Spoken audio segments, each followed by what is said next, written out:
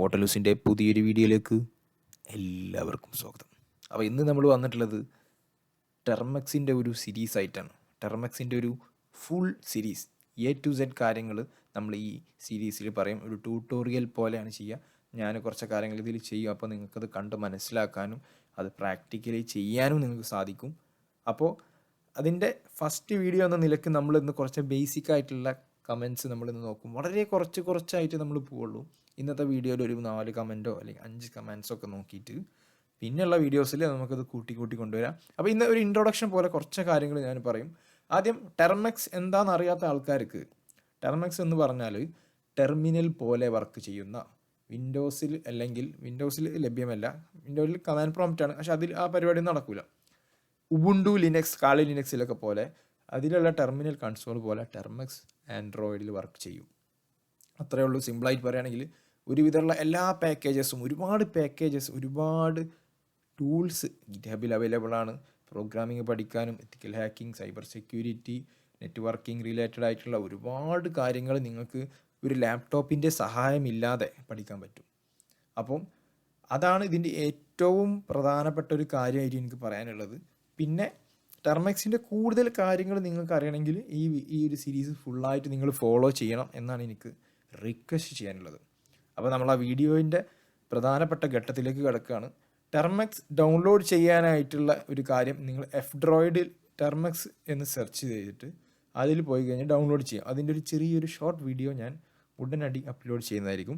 അപ്പോൾ ഇപ്പോൾ നമ്മൾ പോകുന്നത് ടെർമെക്സിൻ്റെ പ്രധാനപ്പെട്ട ബേസിക് ആയിട്ടുള്ള ഒരു കമൻറ്റ്സ് സെറ്റിലേക്കാണ്. ആദ്യമായിട്ട് നിങ്ങൾക്ക് വേണ്ടത് ടെർമെക്സിലെ മെയിൻ ഫങ്ഷൻസ് അറിയണം. അപ്പം അതിന് ആയിട്ട് ഞാൻ പറയാൻ പോകുന്നത്, ഒരു ടെർമെക്സിൽ ഒരു സാധനം നമ്മൾ ഓപ്പറേഷൻ ചെയ്തുകൊണ്ടിരിക്കുകയാണ്, അത് ക്യാൻസൽ ചെയ്യാൻ Ctrl+C അടിക്കാം. Ctrl+C അടിക്കുമ്പോൾ ഇങ്ങനെ വരും. Ctrl+Z അടിക്കാം, Ctrl+X അടിക്കാം. അപ്പോൾ ഇതിൽ മിക്ക സമയത്തും വർക്ക് ചെയ്യുന്നത് Ctrl+Z ആയിരിക്കും. അപ്പോൾ അതിനാണ് ഞാൻ പ്രിഫർ ചെയ്യുന്നത്. ഓക്കെ.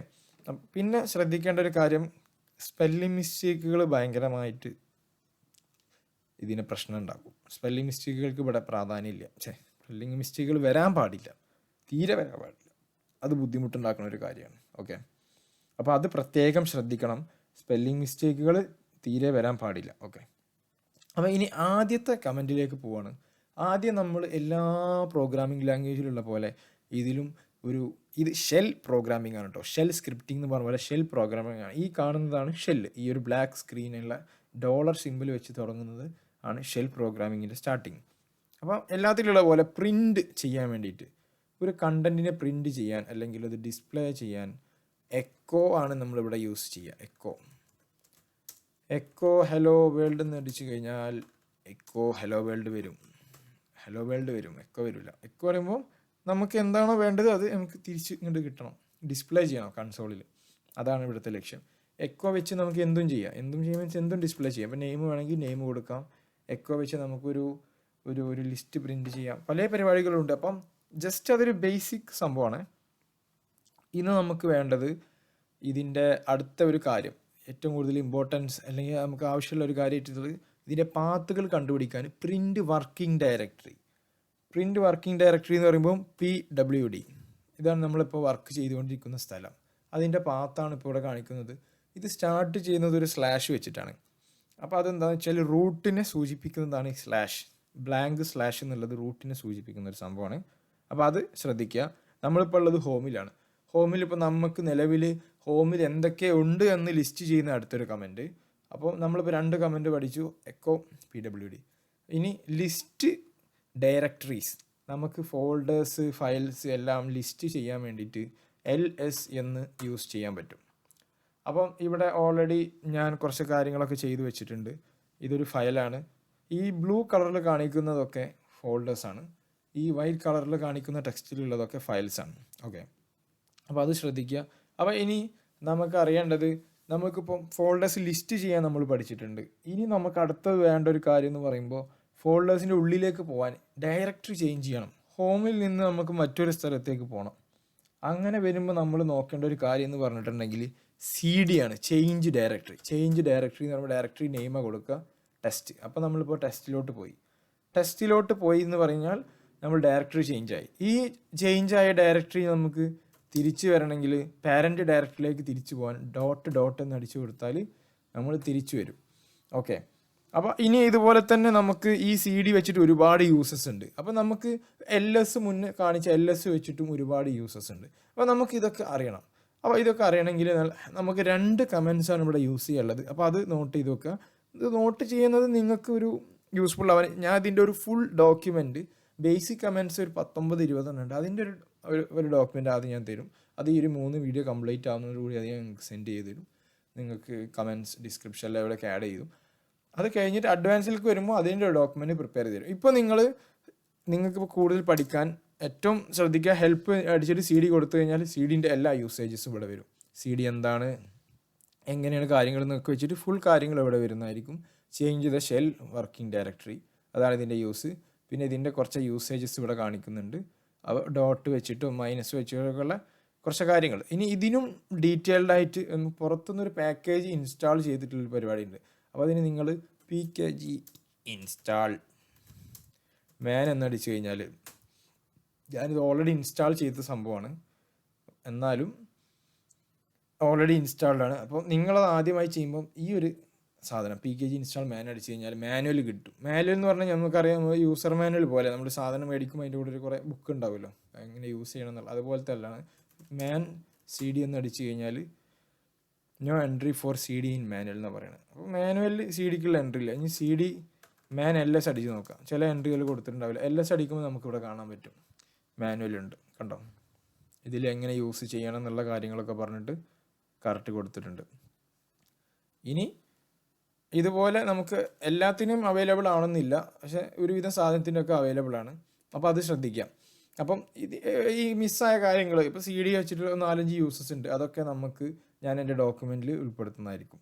ഓക്കെ, ഇനി അടുത്തതായിട്ട് നിങ്ങൾക്ക് പ്രധാനപ്പെട്ട വേണ്ട ഒരു കമൻ്റ് എന്ന് പറയുന്നത് ഈ കോപ്പി മൂവ് അങ്ങനത്തെ ഐറ്റംസ് ഉണ്ട് കുറേ.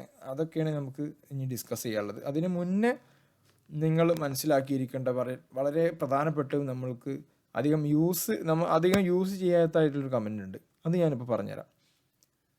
നമ്മൾ ഏതൊക്കെ കമൻറ്റ്സ് ടൈപ്പ് ചെയ്തിട്ടുണ്ട്, നമുക്കൊരു ഹിസ്റ്ററി, നമ്മൾ ലിസ്റ്റായിട്ട് നമുക്കൊരു ഹിസ്റ്ററി കിട്ടും. ആ ഒരു ഹിസ്റ്ററി കമൻ്റാണ്. ജസ്റ്റ് ഹിസ്റ്ററി എന്ന് ടൈപ്പ് ചെയ്യുക. ഇതുവരെ അധികം ആരും യൂസ് ചെയ്തിട്ടുണ്ടാവില്ല എന്നാണ് ഞാൻ വിചാരിക്കുന്നത്. ഞാനിപ്പോൾ 142 കമൻറ്റ് ഈ ടെർമെക്സ് ഇൻസ്റ്റാൾ ചെയ്തിട്ട് ഞാൻ ഇവിടെ യൂസ് ചെയ്തിട്ടുണ്ട്. നമുക്ക് ഈ ഹിസ്റ്ററി കമൻറ്റ് യൂസ്ഫുള്ളായ കേസസ് എന്ന് പറയുമ്പോൾ നമ്മളിപ്പോൾ ടൂളൊക്കെ ഇൻസ്റ്റാൾ ചെയ്യാണ്, അതുപോലെ തന്നെ നമ്മൾ എന്തെങ്കിലും പ്രൊജക്റ്റ് ചെയ്യുമ്പോൾ നമുക്ക് കമൻറ്റ്സ് ഇങ്ങനെ മിസ്സായിട്ടുണ്ടോ എന്നൊക്കെ ചെക്ക് ചെയ്യാൻ ഈ ഹിസ്റ്ററി എടുത്ത് നോക്കിയിട്ട് നമുക്ക് ഇതാക്കാൻ പറ്റും, ഒരു ബാക്ക് ട്രേസ് ഒക്കെ ചെയ്യാൻ പറ്റും. അങ്ങനത്തെ ഒരു കാര്യമാണ്. അപ്പം ഇനി ആ ഒരു ഹിസ്റ്ററി കമൻറ്റ് എല്ലാവരും മറക്കാതെ ശ്രദ്ധിക്കുക. ഇനി അടുത്തതായിട്ട് നമുക്ക് വേണ്ടത് ഒരു സിമ്പിളായിട്ടുള്ളൊരു കമൻറ്റ്, ജസ്റ്റ് ഫയൽ എന്ന് ടൈപ്പ് ചെയ്തിട്ടുണ്ടെങ്കിൽ ഫയൽ ഇൻസ്റ്റാൾ ചെയ്തിട്ടില്ല. അപ്പോൾ PKG ഇൻസ്റ്റാൾ ഫയൽ, നമ്മൾ ഏതൊരു പാക്കേജ് ഇൻസ്റ്റാൾ ചെയ്യാൻ ഇതിൽ PKG ഇൻസ്റ്റാൾ ആ പാക്കേജ് നെയിമാണ് കൊടുക്കുക കേട്ടോ. അതൊരു ബേസിക് ആയിട്ടുള്ള ഒരു കാര്യമാണ്, അത് നോട്ട് ചെയ്യുക. അപ്പോൾ ഇതിൽ ഫയൽ എന്നുള്ള പാക്കേജ് ഇപ്പോൾ ഇൻസ്റ്റാൾ ആയിക്കൊണ്ടിരിക്കുകയാണ്. ഓക്കെ, അപ്പോൾ ഇതിൽ ഇനി ഇപ്പോൾ നമുക്ക് നോക്കാനുള്ളത് ഈ abc1.txt എന്നുള്ള ഒരു ഫയൽ. നമ്മൾ ഫയൽ വെച്ച് അടിക്കുമ്പോൾ എന്താ വരിക എന്നുള്ളത് നമുക്കൊന്ന് അറിയണ്ടേ. ഫയൽ abc1.txt, ഈ ഫയലിൻ്റെ ഫുൾ ഡീറ്റെയിൽസ് വരുന്നത് യൂണിക്കോഡ് TXT UTF-8 ആണ് with long lines, very long lines. അപ്പോൾ അതിൻ്റെ ലൈൻ നമ്പർ അടക്കം ഫുൾ ഡീറ്റെയിൽഡ് ഇൻഫർമേഷൻ, അത്ര ഡീറ്റെയിൽഡ് എന്നില്ലെങ്കിലും അതിൻ്റെ ഒരു അത്യാവശ്യം ഡീറ്റെയിൽ ആയിട്ടുള്ള ഒരു സംഭവം തന്നെ അവിടെ തന്നിട്ടുണ്ട്. ഇനി ഇവിടെ കാണുന്ന ഇത് ഞാൻ ക്രിയേറ്റ് ചെയ്തൊരു ഫയലാണ് ഈ എന്നുള്ളത്. അത് ഏതാണെന്നുള്ളത് നോക്കാം. അത് നമ്മൾ ഒരു ടെസ്റ്റ് ചെയ്യാൻ വേണ്ടി ക്രിയേറ്റ് ചെയ്തതാണ്. ASCII ഫയലാണ് കേട്ടോ. അപ്പോൾ നിങ്ങൾ എക്സ്റ്റൻഷൻ ഇല്ലാതെ വരുന്ന ഫയലുകൾ, എക്സ്റ്റൻഷനും ഇല്ലാതെ ടെർമിനലിൽ ഷെല്ലിൽ വരുന്ന ഫയൽ ASCII ഫോർമാറ്റിലുള്ള ടെക്സ്റ്റ് ആണെന്നുള്ള കാര്യം മനസ്സിലാക്കി വെക്കുക. അത് നല്ലൊരു ഇൻഫർമേഷനാണ്. അപ്പോൾ നിങ്ങൾക്ക് ASCII ഫയൽ, ഏതൊരു ഫയലും നിങ്ങൾക്ക് വിസിബിൾ ആവണം, നിങ്ങൾക്ക് ഡിസ്പ്ലേ ചെയ്യണമെങ്കിൽ അതിന് നിങ്ങൾ ഈ ഒരു ക്യാറ്റ് എന്ന് അടിച്ച് കൊടുക്കുക. ക്യാറ്റിന് വേറൊരു യൂസും കൂടി ഉണ്ട്, കോൺകാറ്റ് ചെയ്തിട്ട്. അപ്പോൾ അത് കോൺകാറ്റ് വേറൊരു ഫയലും കൂടി ക്രിയേറ്റ് ചെയ്തിട്ട് നമുക്ക് നോക്കാം. ഒരു ഫയൽ സിമ്പിളായിട്ട് ക്രിയേറ്റ് ചെയ്യാൻ ഏറ്റവും എളുപ്പമുള്ള ഒരു കമൻറ്റ് ആണ് അടുത്തത് ടച്ച് ടാന്നടിച്ചിട്ട് TT മതി. ജസ്റ്റ് കൊടുക്കുക, ആ ഫയൽ ക്രിയേറ്റ് ആയിട്ടുണ്ട്. ഇനി അതിനെ എഡിറ്റ് ചെയ്യാൻ, ഫയലിനെ എഡിറ്റ് ചെയ്യാൻ പല രീതികൾ യൂസ് ചെയ്യാൻ പറ്റും കേട്ടോ. അപ്പോൾ ടച്ച് ഇവിടെ ക്രിയേറ്റ് ആയിട്ടുണ്ട്, ടച്ച് വെച്ച് ക്രിയേറ്റ് ചെയ്തത് TT ഉണ്ട്. അപ്പോൾ ഞാനിപ്പോൾ നാനോ വെച്ചിട്ട് ഒരു ഫയൽ നമുക്ക് എഡിറ്റ് ചെയ്യാം. നാനോ എന്നുള്ളൊരു കമൻറ്റ് പല രീതിയിൽ നമുക്ക് എഡിറ്റ് ചെയ്യാൻ പറ്റും. അതൊക്കെ ഞാൻ അടുത്ത വരുന്ന ഇതിൽ കാണിച്ചു തരാം. ഇപ്പം നമ്മൾ നോക്കുന്നത് ഇത് വെച്ച് നമുക്കിപ്പോൾ യൂസ്ഫുൾ ഏറ്റവും എളുപ്പത്തിൽ നോക്കാം. അപ്പോൾ എന്തെങ്കിലും ഒരു കമൻറ്റ് ഇതിൽ കൊടുക്കുകയാണ്, എന്നിട്ട് ഞാനിത് സേവ് ചെയ്യാൻ പോകാം. Ctrl+X യെസ് കൊടുക്കുക. ഫയൽ നെയിം കറക്റ്റ് അല്ല എൻ്റർ കൊടുത്തു കഴിഞ്ഞാൽ അത് സേവായി. ഇനി TT കണ്ടോ, രണ്ടും കൂടി ഒരുമിച്ച് ഡിസ്പ്ലേ ആയി. ഒരു ലൈനിൽ ഫസ്റ്റ് TT വന്നു, മറ്റേതിൽ വന്നു. ഇതാണ് അടുത്ത ക്യാറ്റിൻ്റെ ഒരു യൂസേജ് എന്ന് പറഞ്ഞിട്ടുണ്ടെങ്കിൽ. ക്യാറ്റ് പറഞ്ഞാൽ കോൺകാറ്റിനേഷൻ ആണ് മെയിനായിട്ട് അവർ ഉദ്ദേശിക്കുന്നത്. അടുത്തൊരു ഫയലിൻ്റെ ടെർമിനൽ കമാൻഡിൻ്റെ യൂസ് എന്ന് പറയുമ്പോൾ അത് ലെസ് എന്നുള്ളൊരു കമാൻഡ്. അതൊന്നും അധികം ആരും യൂസ് ചെയ്തിട്ടാൻ ചാൻസ് ഇല്ല.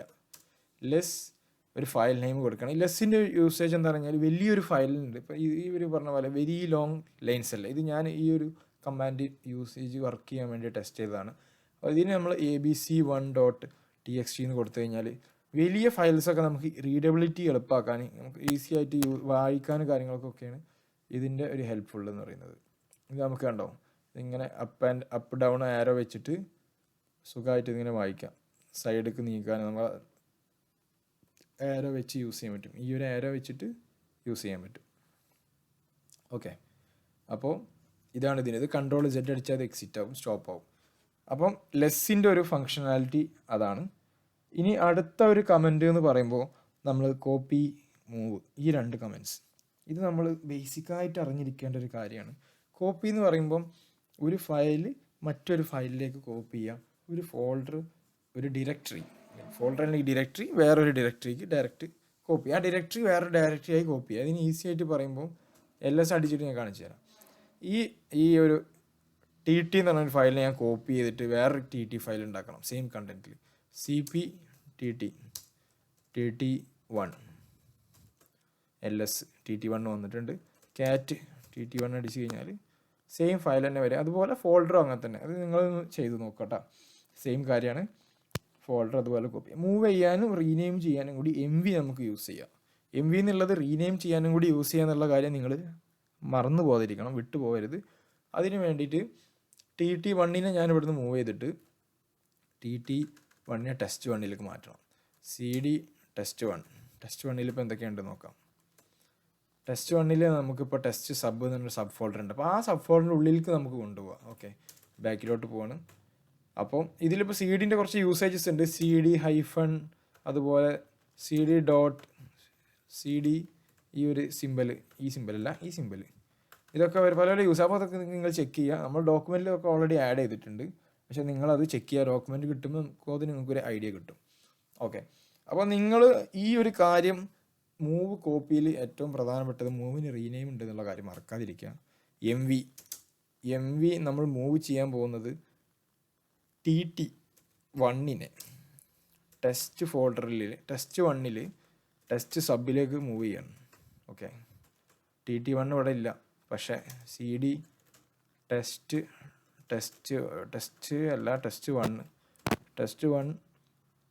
ടെസ്റ്റ് സബിലോട്ട് പോയി കഴിഞ്ഞാൽ അവിടെ TT1 ഉണ്ട്. ഓക്കെ, അവിടെ ഉണ്ട്. നമുക്ക് ഹോമിലോട്ട് ഡയറക്റ്റ് പോകാൻ ഈ ഒരു കമൻറ്റ് യൂസ് ചെയ്താൽ മതി, അത് മറക്കണ്ട. അങ്ങനെ നമ്മളതിന് മൂവ് ചെയ്തിട്ടുണ്ട്. ഇനി നമുക്ക് ഇവിടെ ഒരു ഫയലിനെ റീനെയിം ചെയ്ത് നോക്കാം. abc1നെ നമുക്ക് ABC ആക്കാം.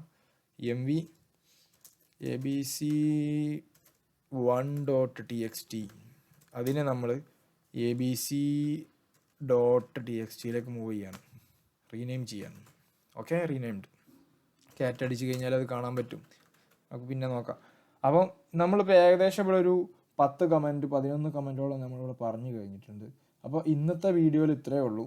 അപ്പോൾ ഇനി അടുത്ത വീഡിയോയിൽ ഇതിൻ്റെ ഒരു ബാക്കിയും ഈ ഒരു ബേസിക് കമൻറ്റ്സ് നമ്മൾ അങ്ങനെ 2 വീഡിയോ കൊണ്ട് തീർക്കാനുള്ള ഒരു പ്ലാനാണ്. ഓക്കെ, അപ്പം that's it for today. Bye bye.